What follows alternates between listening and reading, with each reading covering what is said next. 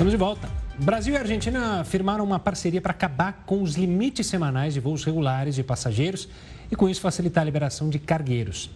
Até então, as empresas aéreas brasileiras e argentinas tinham um limite de 170 viagens semanais. Agora, com o acordo feito por meio das agências reguladoras de aviação civil dos dois países, a quantidade de voos poderá ser determinada pela própria empresa aérea. Segundo Itamaraty, a medida oferece uma flexibilidade maior, capaz de aumentar a oferta dos serviços e ampliar a concorrência nas rotas. O governo da Venezuela decidiu fechar o espaço aéreo para aviões da Argentina.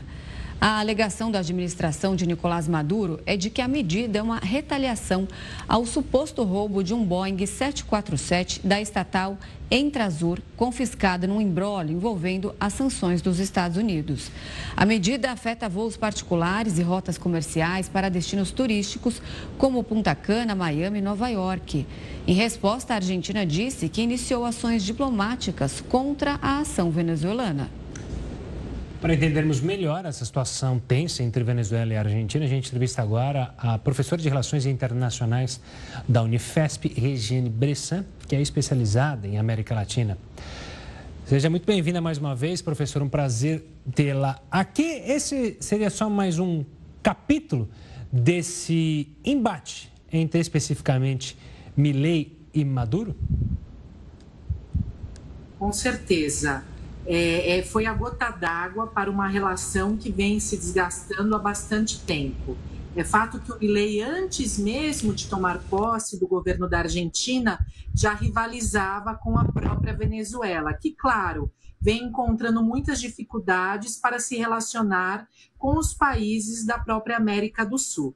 Portanto, a apreensão desse Boeing, que aconteceu ainda em 2022, e agora a entrega desse Boeing para os Estados Unidos, acabou por trazer aí maior desavença, aumentar aí uma relação tensa entre os dois países.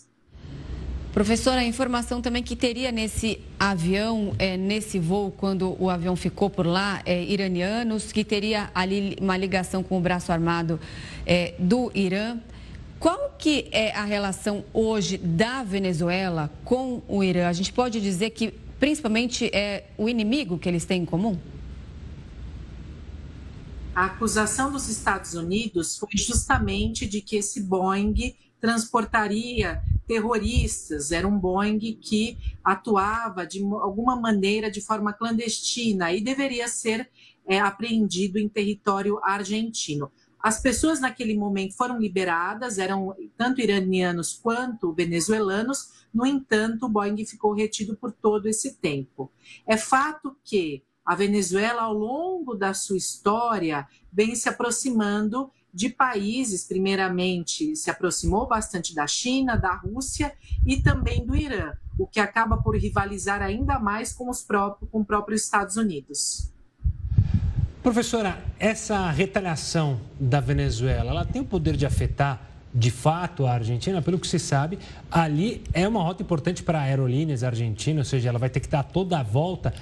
Na prática, ela pode afetar, de fato, bastante a Argentina e a gente pode ver a Argentina, entre aspas, contragolpear, e de que maneira esse contragolpe, talvez diplomático ou não, poderia vir?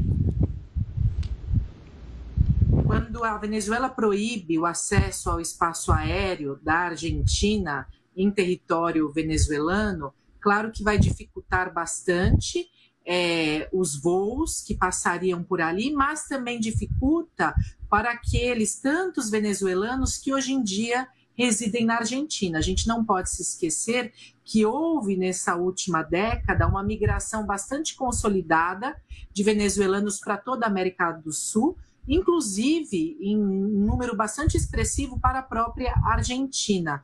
Portanto, são venezuelanos que vão encontrar dificuldade para retornar ao seu país, porque não vai haver agora mais um voo direto entre os dois países e, claro, como eu já disse, tampouco a Argentina vai poder sobrevoar o território venezuelano, que seria uma passagem para a América Central e a América do Norte, além da Europa.